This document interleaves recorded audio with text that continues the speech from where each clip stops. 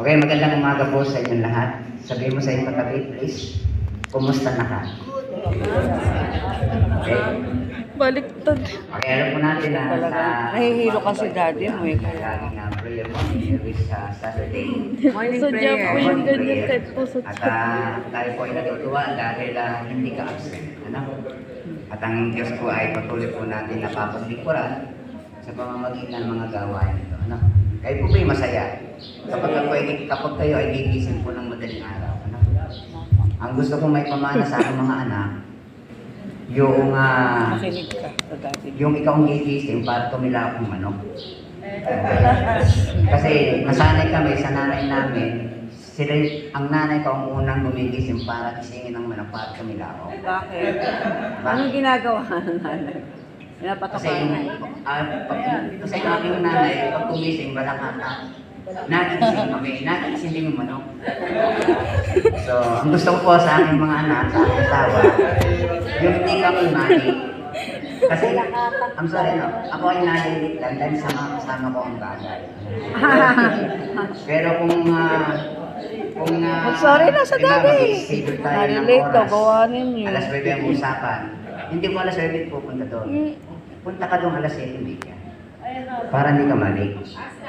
Okay, mas maganda, ikaw yung nag-iintay. No? Mas maganda, ikaw yung nag-iintay kaysa ikaw yung nag-iintay. No? Yan ang maganda kamana. No? Minsan, ang pagpusok at pagpundag ng bansa, minsan laging late. Bakit? Kasi nga, imbes na pumunta ka din sa saktong oras sa mga transaksyon, sa mga businesses, ay late. So, kaya hindi nausog minsan yung ating economy.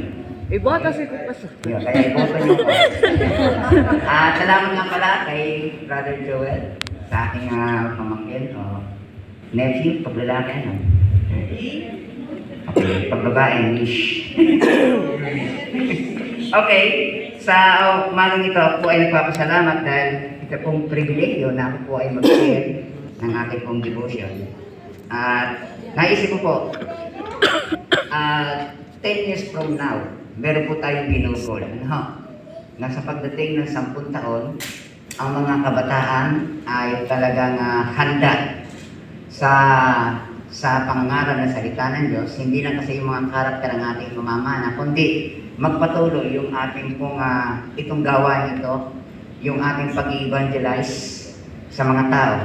At kapag hindi natin matuturuan at hindi natin ipamamana yung kilos at gawi sa ating pag-i-evangelize, ay talagang siguro wala pong mawiwin tayo. Okay? 10 taon mula ngayon, baka kapag ang mga kabataan ay hindi po magiging decided, hindi magkakaroon ng eagerness sa paglilingkod at sa pagbahasik ng salita ng Diyos, ay wala. Magiging hopeless ang ating bansa. Okay, dito sa aking pong akin na devotion noong May 16.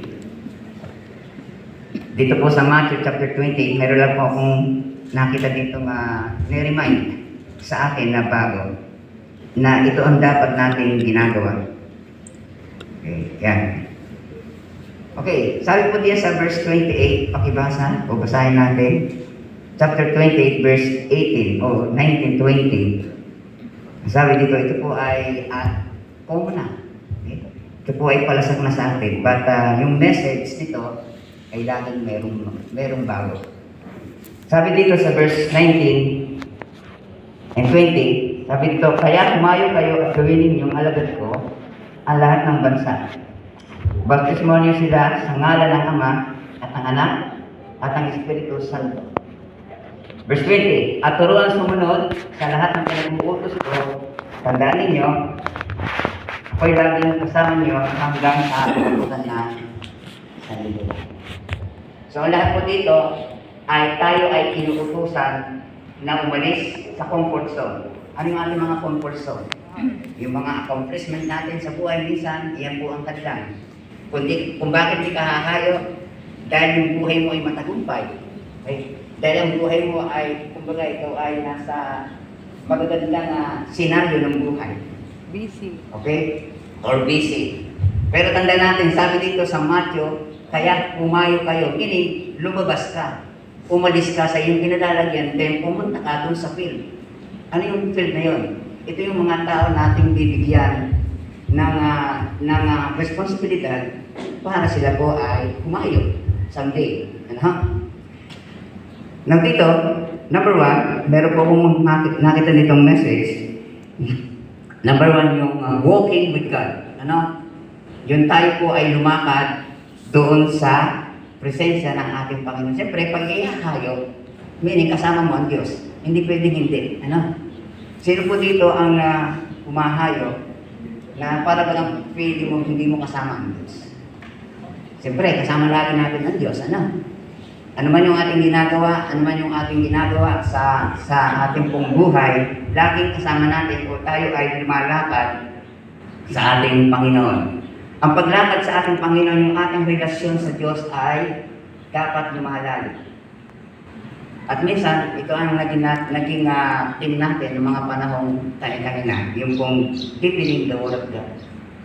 Ang sabi ng Joshua, chapter 1, verse 8, ito, para sa marin, ano? Huwag mong kalilimutan, basahin ang Biblia. Didinihin mo yun araw at gabi. Upang masunod mo ang lahat ng nasusulat doon. Tapos na po yung henerasyon ni Moises na ang hawak ay tumpod. Pero ito iniutos ng Diyos kay Joshua na Biblia naman, kautusan naman dapat ang kanyang ilalakad. So sa buhay natin, dapat ang Bible ay lagi nating inilalakad sa ating buhay. Okay? Ang sabi nga ng Matthew 4, sabi po doon, hindi lamang sa tinapay nabubuhay ang salita ng Diyos. Yes. Tao. Okay, hindi lamang sa tinapay nabubuhay ang mga tao, kundi sa bawat salitang namumutawi sa bibig ng Diyos. Okay, makita natin yung ating pagrelasyon sa Diyos. Mahalaga ito. Mahalaga ito yung tayo po ay na-involved na malalim sa salita ng Diyos. And then number 2, yung serving others. Ano? Dito sa verse 19b, sabi ito, at gawin yung alagad ko ang lahat ng mga bansa. Pag sinabing gawin alagad ko, pag tayo ay humahayo, iisa lang motibo ang ating pong gagawin. Ang iproklama si Christ sa mga tao. Amen?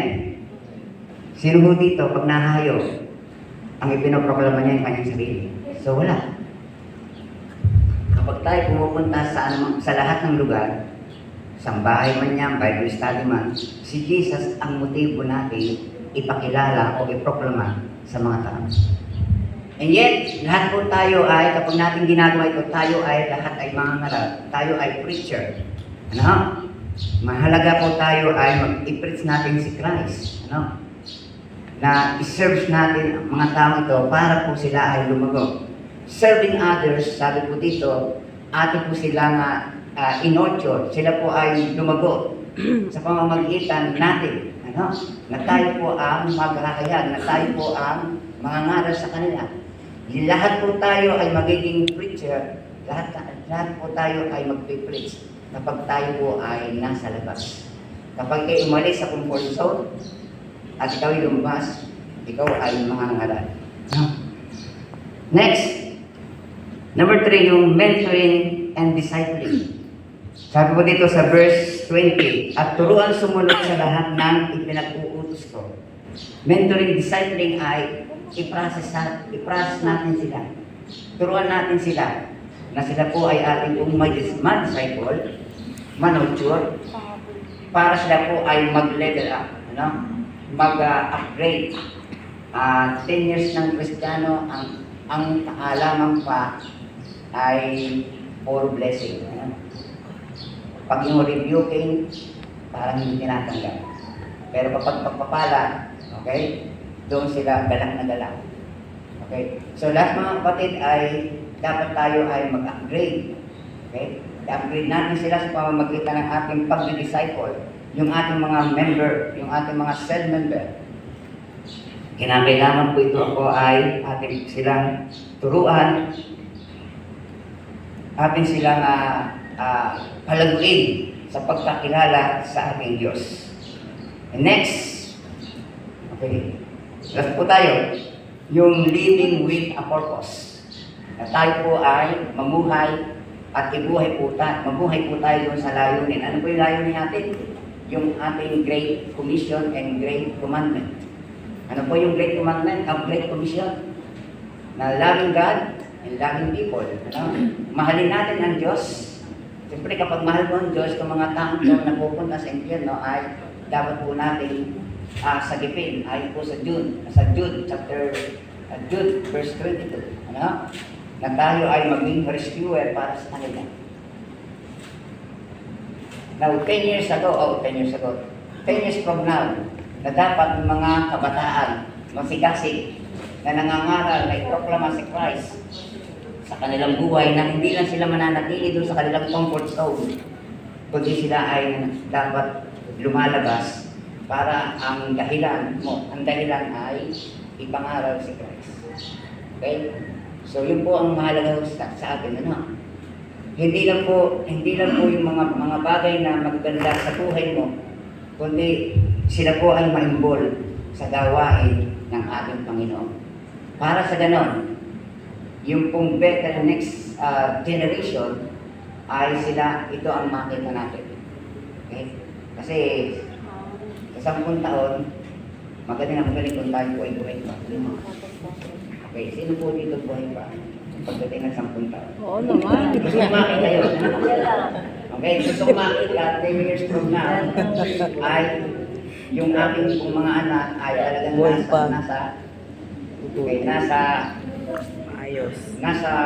na-involved sa church, na-involved sa gawain ng Panginoon. Okay? Hindi lang po yung ating mga anak, kundi yung ating mga self-member na sila po yung magiging dahilan at gaganap doon sa tungkulin na humayo.